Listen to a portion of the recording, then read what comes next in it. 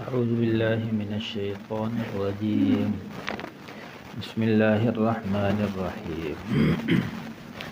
الذي أحسن كل شيء خلقه وبدأ خلق الإنسان من طين ثم جعل نسله من سلالة من ماء مهين ثم سواه ونفخ فيه من روحه وجعل لكم السمع والأبصار والأفئدة قليلا ما تشكرون.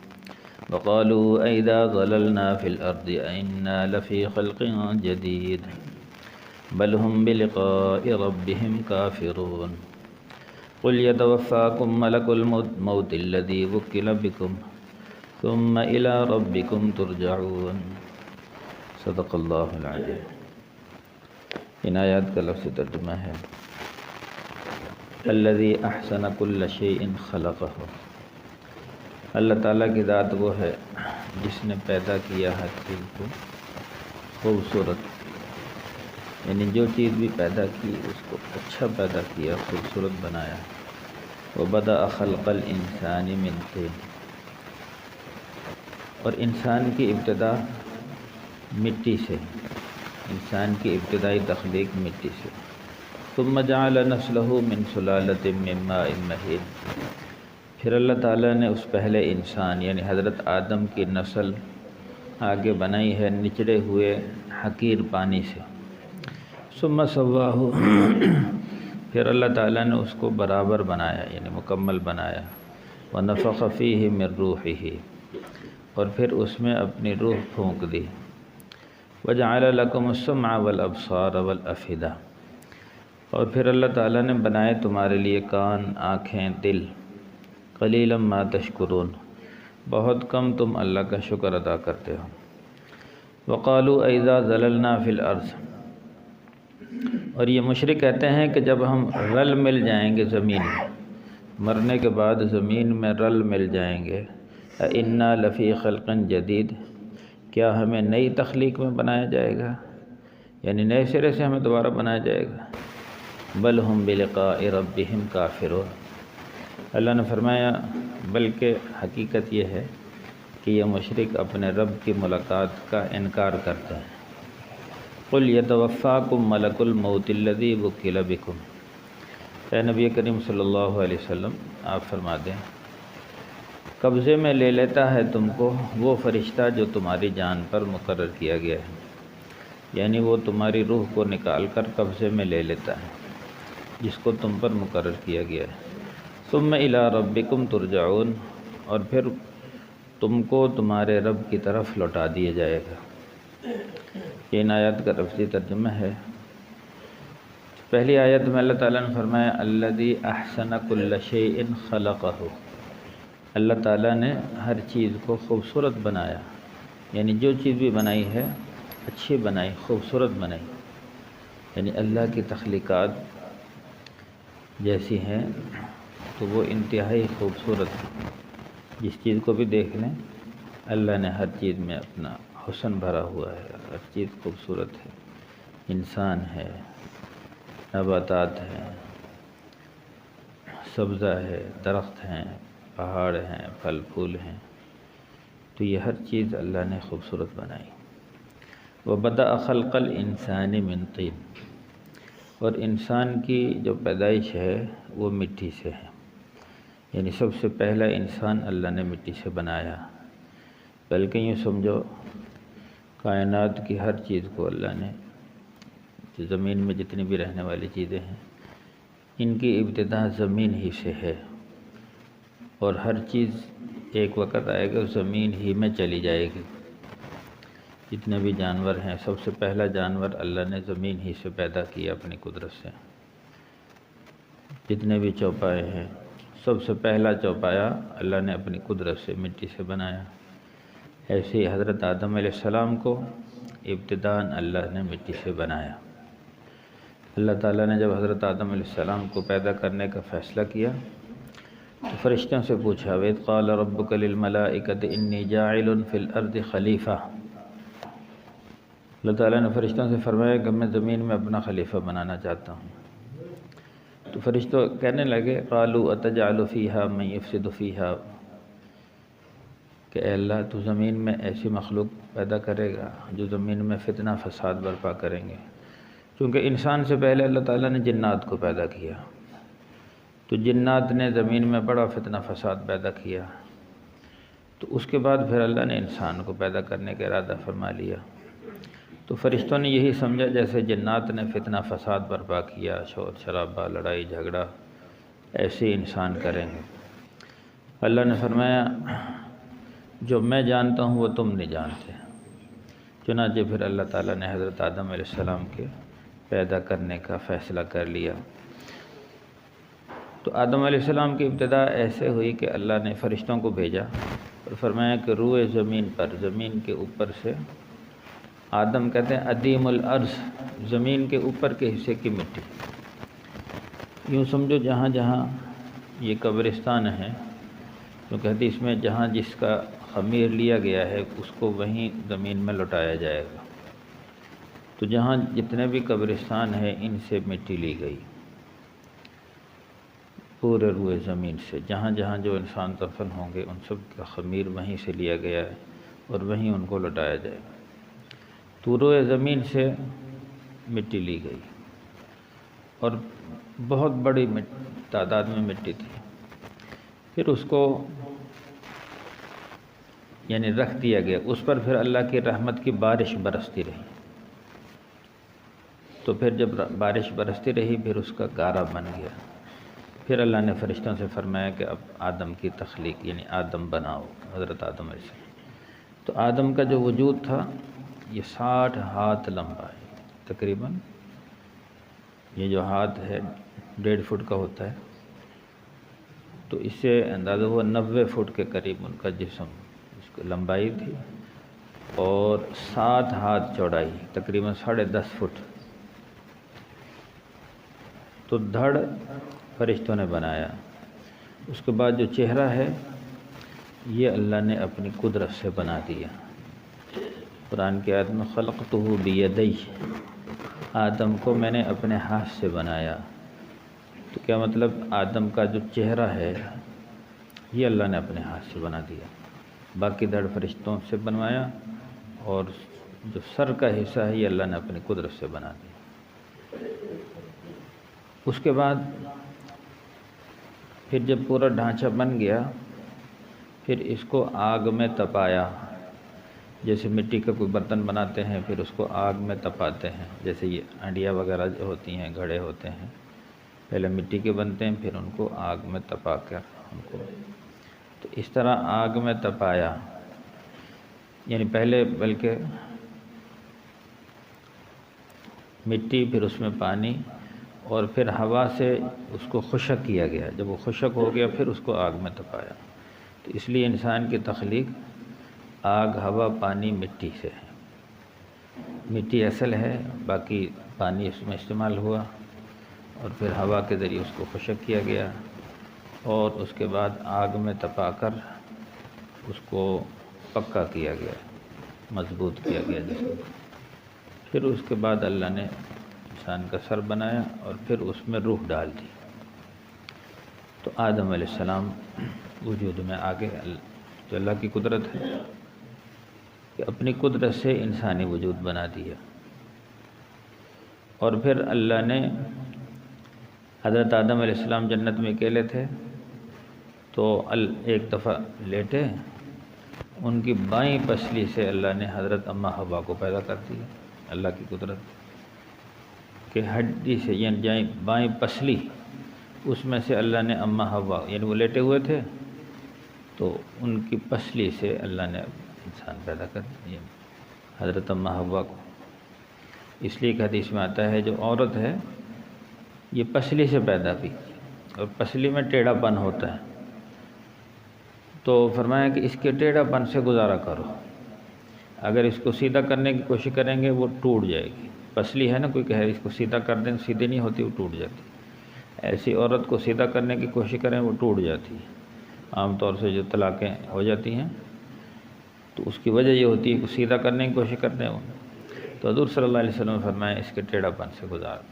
تو حضرت اماں حوا کو بائیں پسلی سے اللہ نے پیدا کر دیا، اللہ کی قدرت۔ اسی طرح پھر اللہ نے انسان کا مرتبہ بڑھانے کے لیے تو سارے فرشتوں سے کہا وَإِذْ قُلْنَا لِلْمَلَائِكَةِ اسْجُدُوا لِآدَمَ فَسَجَدُوا إِلَّا إِبْلِيسَ، کیونکہ اس آدم سے پہلے فرشتوں کو بڑا ناز تھا اپنے اوپر کہ بھئی ہم اللہ کی عبادت کرتے ہیں اور اللہ کی سب سے اعلیٰ مخلوق ہیں، لیکن اللہ نے انسان کو اشرف المخلوقات بنایا ہے، فرشتوں سے بھی اعلیٰ اور افضل، لیکن شرط یہ ہے کہ اپنی افضل اسی وقت ہے کہ اپنی انسانیت پر رہے، یعنی جس مقصد کے لیے پیدا کیا اس مقصد کو پورا کرے تو پھر تو یہ اشرف المخلوقات ہے۔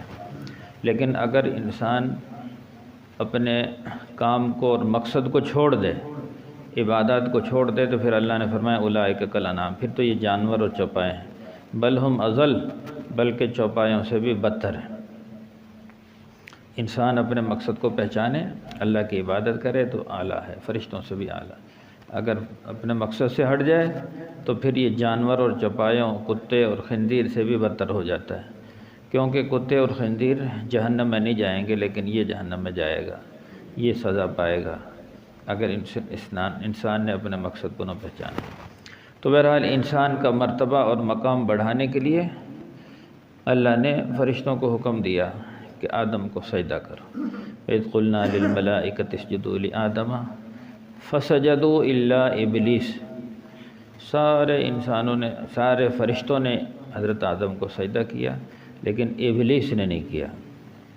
اس وقت ابلیس اگرچہ یہ فرشتوں میں سے نہیں ہے، لیکن جنات میں سے، کان من الجن، یہ جنوں میں سے ہے، لیکن فرشتوں میں رہا کرتا تھا۔ جب جنات نے زمین پر فتنہ فساد برپا کیا تو اللہ نے فرشتوں کو بھیجا کہ ان کا صفایا کرو زمین سے، تو بہت سارے جنات مارے گئے، کچھ ادھر ادھر پہاڑوں پہ چھپ گئے، کچھ آسمانوں پہ چلے گئے۔ تو یہ جو ابلیس تھا یہ اس وقت آسمانوں پر چلا گیا، تو فرشتوں میں رہتے ہوئے فرشتوں کی طرح عبادت کرتا تھا، اور تو سمجھا یہی جاتا تھا بڑا نیک ہے، لیکن اندر سے یہ منافق تھا۔ تو اللہ کے تو علم میں تھا کہ یہ منافق ہے، یہ فرشتوں میں رہ رہا ہے، لیکن یہ اندر سے اس کے اندر بغض ہے۔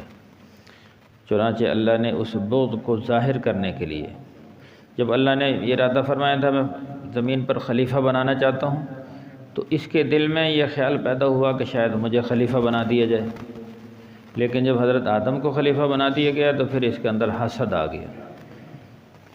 تو اس لیے اللہ نے اس حسد بھی اندر ہی اندر حسد میں گھل رہا تھا۔ فرشتے تو اس کو نیکی سمجھتے تھے، لیکن اللہ کے علم میں تھا کہ یہ ظالم اندر سے آدم سے حسد کر رہا ہے، تو اس لیے اللہ نے فرشتوں کو بھی حکم دیا سجدہ کرو۔ اب فرشتوں کی نیت صاف تھی، دل صاف تھے، وہ اللہ کے حکم کے پابند تھے، فوراً سجدے میں گر گئے۔ ابلیس کی نیت صاف نہیں تھی، شیطان کی دل صاف نہیں تھا، بغض تھا، تو اس کا بغض کھل کر سامنے آ گیا۔ اسے بھی حکم دیا سجدہ کریے، کٹ گیا۔ ابا واستکبر وکان من الکافرین، انکار کر دیا، تکبر کیا، کافروں میں سے بن گیا۔ تو اللہ نے پوچھا یا ابلیس ما منعک ان تسجد لما خلقت بیدی، اے ابلیس آدم کو میں نے اپنے ہاتھ سے بنایا اور تجھے حکم دیا اللہ تسجد اذ امرتک، میں تجھے حکم دے رہا ہوں سجدہ کر اور تو آگے سے سجدہ نہیں کر رہا، کیوں نہیں کر رہا؟ تو کہنے لگا انا خیر منہ، میں آدم سے بہتر ہوں۔ بھی کیسے بہتر ہے؟ خلقتنی من نار وخلقتہ من طین، مجھے آگ سے بنایا، آدم کو مٹی سے بنایا، اس لیے میں افضل ہوں۔ اللہ نے فرمایا فاخرج منہا فانک رجیم، نکل جا یہاں سے، تم مردود ہے، وان علیک لعنتی الی یوم الدین، اب قیامت تک تجھ پر میری لعنت برسے گی، تو نے میرے حکم کی پاسداری نہیں کی۔ تو اب یہ ظالم وہاں دوبارہ اکڑ گیا، نکلا نہیں، کہنے لگا اے اللہ اب میں لعنتی سے ہی، مردود سے ہی، لیکن مجھے مہلت دے دیجیے، ربی انذرنی الی یوم یبعثون، مجھے قیامت تک مہلت دی جائے۔ اللہ نے فرمایا فإنک من المنظرین، جا تجھے قیامت تک مہلت ہے۔ تو اس وقت اس ظالم نے قسم کھائی، قال فبعزتک لاغوینہم اجمعین، یا اللہ تیری عزت کی قسم ہے، اس آدم کی وجہ سے میں ذلیل و رسوا ہوا، راندہ درگاہ ہوا، اور مجھ پر لعنت تو اب اس کو اور اس کی اولاد کو سب کو گمراہ کروں گا۔ فَبِعِزَّتِكَ لَأُغْوِيَنَّهُمْ أَجْمَعِينَ إِلَّا عِبَادَكَ مِنْهُمُ الْمُخْلَصِينَ، جو تیرے خالص بندے ہیں وہ تو بچ جائیں گے، باقی سب کو گمراہ کروں گا۔ ثُمَّ لَآتِيَنَّهُمْ مِنْ بَيْنِ أَيْدِيهِمْ وَمِنْ خَلْفِهِمْ وَعَنْ أَيْمَانِهِمْ وَعَنْ شَمَائِلِهِمْ وَلَا تَجِدُ أَكْثَرَهُمْ شَاكِرِينَ، ان پر حملہ کروں گا دائیں سے، بائیں سے، آگے سے، پیچھے سے، ہر طرف سے، اور تو دیکھے گا اکثر تیرے ناشکرے ہوں گے، تیری نعمتیں استعمال کریں گے اور تیرے ناشکرے ہوں گے۔ اللہ نے فرمایا یاد رکھ لَأَمْلَأَنَّ جَهَنَّمَ مِنْكَ وَمِمَّنْ تَبِعَكَ مِنْهُمْ أَجْمَعِينَ، میں بھی ضرور جہنم کو بھروں گا، سب سے پہلے تجھے ڈالوں گا، اور جو تیری اتباع کرنے والے تیرے نقش قدم پر چلیں گے ان سب کو جہنم میں ڈالوں۔ تو یہ معاملہ اس وقت طے ہوا۔ اس کے بعد پھر اللہ نے آدم علیہ السلام کو جنت میں ٹھہرایا، حکم دیا بھی فلاں درخت ہے نا اس کے قریب نہ جانا، باقی جنت میں چلو پھرو جہاں مرضی کھاؤ پیو، دونوں میاں بیوی رہو، لیکن فلاں درخت کے قریب وَلَا تَقْرَبَا هَٰذِهِ الشَّجَرَةَ فَتَكُونَا مِنَ الظَّالِمِينَ، اس درخت کے قریب نہ جانا ورنہ ظالموں میں سے ہو جاؤ گے۔ اب کچھ عرصہ تو رہے، لیکن شیطان بڑا ظالم تھا، یہ ان کے پاس خیر خواہ بن کے آ جاتا، کچھ شکلیں بدل کے مختلف شکلوں میں پوچھتا ہے آدم تجھے پتہ ہے اس درخت سے کیوں منع کیا؟ تو آدم علیہ السلام کہتے ہیں اللہ کا حکم ہے۔ کہنے لگے اگر اس میں سے تم نے چکھ لیا تم پھر ہمیشہ جنت میں رہو گے، اگر نہ کھایا تو نکال لیا جائے گا۔ وَقَاسَمَهُمَا إِنِّي لَكُمَا لَمِنَ النَّاصِحِينَ، قسمیں اٹھاتا تھا اور کہتا میں تمہارا خیر خواہ ہوں، اس میں سے کھا لو۔ اب وہ ایک جملہ مشہور ہے الانسان حریص علی ما منع، انسان ہر اس چیز پر حریص ہوتا ہے جس سے منع کیا جائے، اس میں تجسس ہوتا، پتہ نہیں کیوں منع کیا گیا۔ تو آدم علیہ السلام تو رکتے رہے، لیکن اللہ نے چونکہ نظام بنانا تھا، دنیا میں بھیجنا تھا، فنسی آدم، جو اللہ نے ان سے وعدہ لیا تھا اس درخت کے قریب نہیں جانا، اس وعدے کو بھول گئے اور اس درخت میں سے کھا لیا۔ بعض روایتوں میں ہے کہ اماں حوا اس بات پر اس نے آمادہ کر لیا، شیطان نے، اماں حوا نے حضرت آدم کو تیار کر لیا، ان کے چلو چکھ لیتے ہیں، بیچارہ ہمارا خیر خواہ ہے، روزانہ آتا ہے، قسمیں اٹھاتا ہے اور کہتا ہے میں تمہارا خیر خواہ ہوں، چلو اس کی بات مان لیتے ہیں۔ تو اس شیطان کی بات مانی اور اس درخت میں سے چکھا۔ فلما ذاق الشجرة بدت لهما، بس درخت میں سے چکھنے کی دیر تھی، اللہ نے جو لباس پہنا تھا وہ اتار لیا۔ اب درختوں سے اپنا جسم چھپاتے تو درخت اپنی شاخیں اوپر کر لیتے۔ کدو کا ایک درخت، یہاں تو بیلیں ہوتی ہیں وہاں درخت، اس کے پتے لیے اور اس سے اپنے جسم کو ڈھانپا، اس نے اپنی شاخیں اوپر نہ کی۔ تو اللہ تعالیٰ نے فرمایا الم اقل لکم، کیا میں نے تمہیں منع نہیں کیا تھا اس درخت سے نہ کھانا؟ تو حضرت آدم حوا کہنے لگے ربنا ظلمنا انفسنا، اے ہمارے رب ہم نے اپنی جانوں پر ظلم کیا، وَإِن لَّمْ تَغْفِرْ لَنَا وَتَرْحَمْنَا لَنَكُونَنَّ مِنَ الْخَاسِرِينَ، اے ہمارے رب اگر تو نے ہمیں نہ بخشا تو ہم خسارہ پانے والوں میں سے ہو جائیں گے۔ اب دیکھو نا، آدم سے غلطی ہوئی، انہوں نے فوراً توبہ کر لی، اللہ سے معافی مانگ لی۔ شیطان سے غلطی ہوئی، ظالم اکڑ گیا تو وہ ہمیشہ راندہ درگاہ ذلیل و رسوا ہو گیا۔ آدم علیہ السلام کو اللہ نے معاف کر دیا، پھر دنیا میں بھیجا، لمبا سلسلہ چل پڑا، پھر آگے انسانوں کو بھیجنا تو اللہ نے دنیا میں تھا ہی، اللہ نے ان کی پیدائش سے پہلے فرما دیا تھا کہ میں زمین میں خلیفہ بنانا چاہتا ہوں، تو نظام یہ بن گیا۔ تو اب اللہ نے فرما دیا بھی اب تمہاری آپس میں تم دنیا میں چلے جاؤ، یہ شیطان تمہارا دشمن ہوگا اور یہ تمہیں جہنم میں لے جانے کی کوشش کرے گا، تم نے اس سے بچنا ہے، اللہ کے حکموں کو پورا کرنا ہے، اور جو میں نبیوں کو بھیجتا رہوں گا اور ہدایت میری طرف سے آتی رہے گی، ہدایت کے راستے میں بتلاتا رہوں گا۔ فَإِمَّا يَأْتِيَنَّكُم مِّنِّي هُدًى فَمَن تَبِعَ هُدَايَ فَلَا خَوْفٌ عَلَيْهِمْ وَلَا هُمْ يَحْزَنُونَ، کہ میں ہدایت کے اسباب پیدا کروں گا، قرآن پاک یعنی کتاب بھیجوں گا، نبیوں کو بھیجوں گا، جس نے میری ہدایت کی اتباع کر لی اس کی تو بخشش ہو جائے گی۔ اور یہ شیطان ہے ان شیطان لکم عدو مبین، اب شیطان تمہارا کھلا دشمن ہے، ولا تتبعوا خطوات الشیطان، اس شیطان کے نقش قدم پر نہ چلنا۔ تو اب یہ سلسلہ چل پڑا، اب یہ شیطان ہمارا کھلا دشمن ہے، ہر وقت ہمارے پیچھے لگا رہتا ہے، تو لیکن ہم نے اس سے بچنا ہے۔ اللہ نے بچنے کے اسباب بھی بتلا دیے بھئی، کچھ تو دعائیں ہیں، اعوذ باللہ من الشیطان الرجیم، لا حول ولا قوت الا باللہ پڑھ لے، شیطان قریب نہیں آتا۔ دوسرے یہ ہے کہ شیطان کے اللہ نے کوئی زبردست نہیں، صرف وسوسہ ڈالتا ہے اور دھوکہ دیتا ہے، تو ہم اگر اپنے دین پر مضبوطی سے جمے رہیں یہ پھر کچھ نہیں کر سکتا، لیکن جب ہم سستی دکھلاتے ہیں، غافل ہوتے ہیں، پھر یہ شیطان ہمارے دلوں پر قبضہ کر لیتا ہے۔ ایک حدیث میں ہے، ایک آدمی نے اللہ سے دعا کی کہ اللہ شیطان کو مجھے دکھلا دیا جائے یہ کس طرح کا ہے، تو اس نے دیکھا کہ یہ شیطان انسان کے یعنی کندھ و پیٹھ پر رہتا ہے، جہاں دل کی سیدھ میں اس کے ایک لمبی سونڈ ہے۔ تو جب انسان اعمال میں لگا رہے، ذکر میں، تلاوت میں، دعوت میں، دین کے کاموں میں، یہ شیطان اس سے دور رہتا ہے۔ جیسے انسان غافل ہوتا ہے تو یہ سرنج کی طرح اپنا سونڈ گھسا دیتا ہے اور دل پر اثر ڈالنا شروع کر دیتا ہے، وسوسے ڈالتا ہے۔